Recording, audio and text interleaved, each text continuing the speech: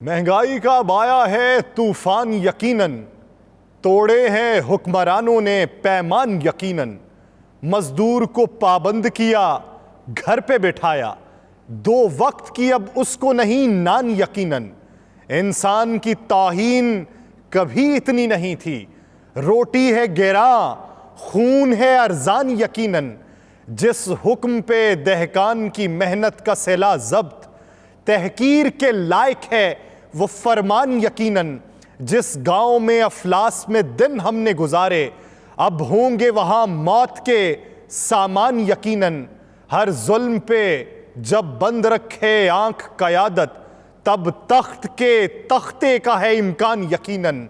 जिस शख्स ने तनवीर मुझे इल्म की बख्शी, उसका है बड़ा मुझ पे ये एहसान यकीनन।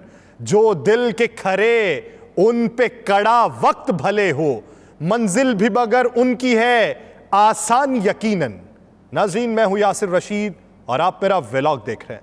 नाज़रीन, ममलिकत खुदादाद पाकिस्तान में इस वक्त रमज़ानुल मुबारक बड़ी अक़ीदत व एहतराम के साथ मनाया जा रहा है, लेकिन गुज़श्ता कई बरसों में आपको रौनकें किस हद तक मान पड़ती हुई दिखाई दी। मौजूदा सूरत हाल के अंदर आपको कितने लोग खुशहाल दिखाई दिए, मौजूदा सूरत हाल से आपको कितने लोग मुतमईन दिखाई दिए, मौजूदा सूरत हाल में आपको वफाकी हुकूमत या आपके हुक्मरान आपके दर्द का एहसास रखते हुए कितने दिखाई दिए। नाज़रीन, BBC पर 2 साल पहले नशर होने वाली खबर है और ख़बर सुनिए कि क्या लिखा जाता है। वो लिखा जाता है, एक शख्स अपने जज्बात बयान करता है। वो कहता है कि मैंने भी एक खबर पढ़ी और वो खबर हम पर यूं गिरी जैसे बम का कोई गोला गिरता है। रमज़ान का चांद तुलू होते ही कीमतों को पर लग गए। वो केला जो 80 रुपए दर्जन बड़ी आसानी के साथ मिल जाता था, 200 रुपए पर जा पहुंचा, और लीमू के नर्ख जो चंद रोज पहले तक 100 रुपए फी किलोग्राम थे, बढ़कर 400 रुपए हो चुके थे। और कुछ ऐसी ही सूरत हाल दीगर अशियाए ज़रूरिया की थी। बहुत कोशिश के बावजूद ना कीमतों में अचानक इजाफे की वजह समझ आई और ना बढ़ी हुई कीमतों में कमी की कोई कोशिश कामयाब हो सकी। अब हमारे सामने 2 रास्ते थे, शिकस्त तस्लीम करके आराम से घर बैठ जाएं या जान हथेली पर रख कर मैदान में निकल आएं। उसके बाद जो भी नतीजा निकले उसका सामना करने के लिए तैयार रहें। ये मैं आपको 2 साल पहले के रमज़ानुल मुबारक के आगाज़ की खबर का हवाल बता रहा हूँ। 1 साल पहले की खबर सुने। वफाकी इदारा शुमारियात ने महंगाई से मुतल्लिक हफ्तावार रिपोर्ट जारी की, जिसके मुताबिक मुल्क में महंगाई की मजमूई हफ्तावार शरह 17.87% पर पहुंच चुकी थी। हालिया हफ्ते 22 अशियाए ज़रूरिया महंगी हुई।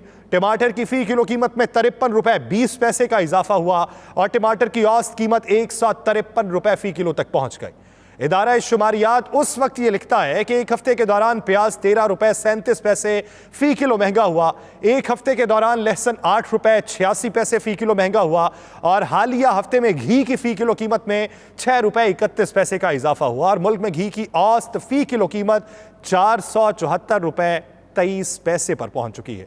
हालिया हफ्ते मटन की फ़ी किलो कीमत में 33 रुपए 48 पैसे का इजाफा हुआ, बड़े गोश्त की कीमत में 16 रुपए 49 पैसे का इजाफा हुआ और एक हफ्ते में दर्जनों जो अशियाए खुरनोश के साथ साथ फ्रूट हैं वो भी महंगे हो गए। LPG का घरेलू सिलेंडर भी 51 रुपए 92 पैसे महंगा हुआ। चाय, दाल चना, दाल मसूर, ताज़ा दूध, पाउडर दूध की कीमतों में भी इजाफा हुआ। अब पिछले साल की खबर भी आपने सुन ली। आज से 4 दिन पहले की खबर क्या थी? मुल्क के मारूफ अखबार में लिखा गया, मुल्क भर में खाने पीने की अशिया की कीमतें आसमान से बातें कर रही हैं। शहरियों की शिकायत है कि सरकार ने जिस चीज़ पर 10 रुपए बढ़ाए, मुनाफाखोर उस चीज़ पर 20 और 30 रुपए इजाफी वसूल कर रहे हैं। शहरियों का कहना है कि कोई चेक एंड बैलेंस का निज़ाम मौजूद नहीं है। अवाम को मजीद परेशान करने वाले मुनाफाखोरों को कंट्रोल किया जाए।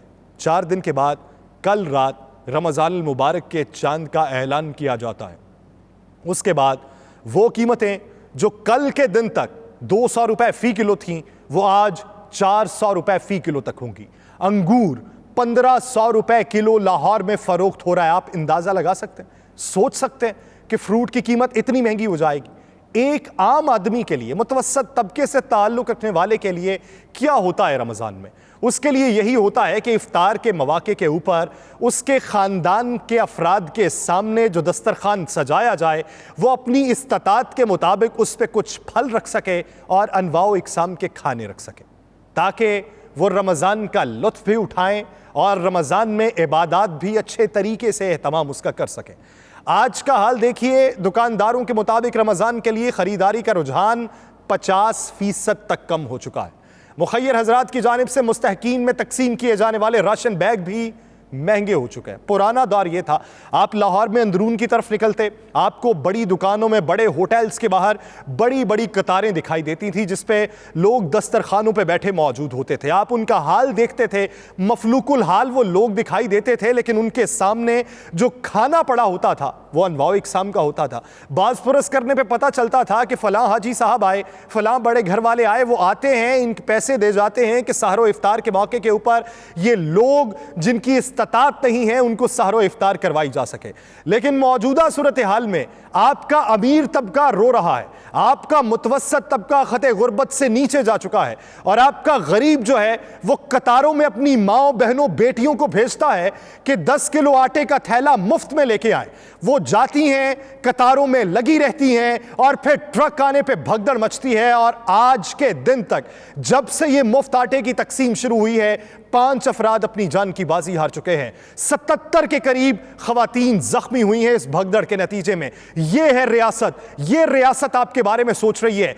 ये रियासत के जिसने रमजान सेल पॉइंट्स लगाने से इनकार कर दिया, ये रियासत जिसने अवाम को प्राइस कंट्रोल कमेटीज को फाल होने का इशारा ना दिया, ये रियासत जिन्हें सिर्फ अपनी पड़ी है कि इंतखाबात किस तरीके से मुलतवी करवाए जाएं, ये रियासत जो ये बात कर रही है बैठी हुई कि किसी के कहने के ऊपर इंतखाबात नहीं हो सकते, किसी के कहने के ऊपर असम्बलियों को तहलील नहीं किया जा सकता, यहां जो भी आए अपनी मर्जी से असम्बली को तहलील कर दे। तो आवाम को यह भी बताइए कि आप जब आते हैं तो अपनी मर्जी से तरमीम करवा लेते हैं, आइन में यह भी लिखवा दीजिए कि अगर हमने कोई तरमीम की तो अगले 5 साल तक कोई और तरमीम नहीं कर सकता।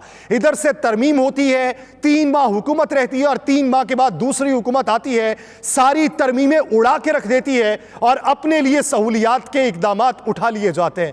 आप अपने लिए सहूलियात उठाते हैं। इस सारे हुक्मरानों को एक कतार में बिठाइए, इनसे पूछिए कि आज मार्केट के अंदर गंदम की कीमत क्या है, इनसे पूछिए कि आज 1 किलो घी का पैकेट कितने में मिल रहा है, इनसे पूछिए कि आज एक आम घर के अंदर किस हद तक फाका कशी हो चुकी है, इनसे पूछिए कि एक आम पाकिस्तानी की उजरत के अंदर कितना इजाफा हो चुका है।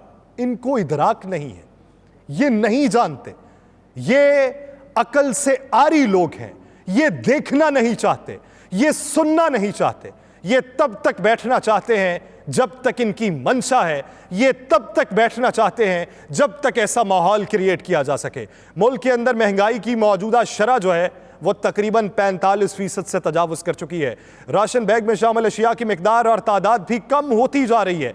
एक शख्स जो आज से 6 माह पहले जाता था और राशन बैग के अंदर भर के चीज़ें लाता था, अब वो जाता है 10 अशिया को ख़रीदता है और उसे उसकी अदायगी उस भरे हुए राशन बैग से 3 गुना करना पड़ती है। कैसे लोग अपना गुजर बसर करेंगे? किस तरीके से अपने बच्चों को पढ़ाएंगे? किस तरीके से मकानों के किराए अदा करेंगे?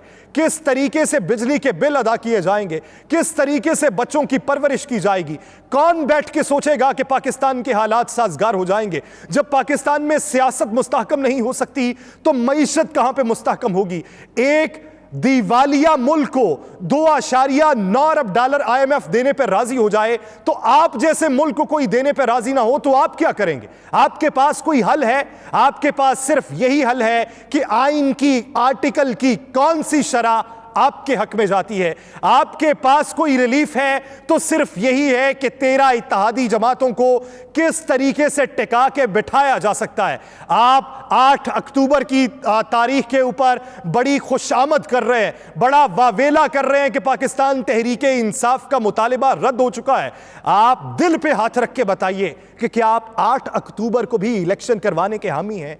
कतई तौर पे नहीं है। आप अपनी निजी महफिल में बैठ के ये बात करते हैं कि मुमलिकत खुदादाद पाकिस्तान के अंदर अगले 2 साल के अंदर पाकिस्तान की मईशत बेहतर नहीं होने वाली, अगले 2 साल के अंदर अवाम की हिमायत हासिल नहीं होने वाली, अगले 2 साल के अंदर हमारे वोट बैंक में इजाफा नहीं होने वाला।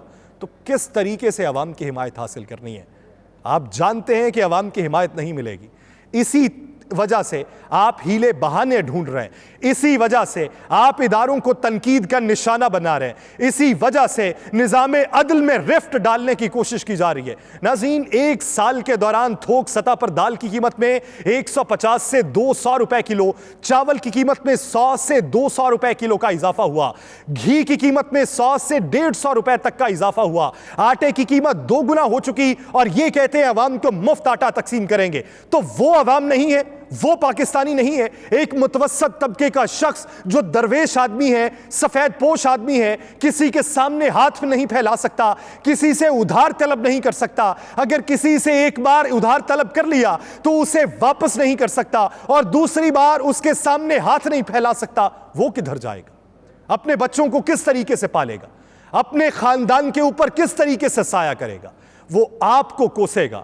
तो याद रखिए कि रमज़ान मुबारक में जब लोग अपने खानदान की हिफाजत के लिए, अपने खानदान की बेहतरी के लिए, अपने खानदान के रोशन मुस्तकबिल के लिए, अपने गुनाहों की माफ़ी के लिए बरोज़े महशर जब गिड़गिड़ाएंगे और इसी रमज़ान में गिड़गिड़ाएंगे तो उनकी दुआओं में कुछ बद्दुआएं भी शामिल होंगी। उन बद्दुआओं से बचिए, कुछ बेहतरी का सामान कीजिए, अकल ठिकाने पे लाइए और बेहतरी की तरफ देखने को रुजू कीजिए। मुझे दीजिए इजाज़त, अल्लाह ने के बाद।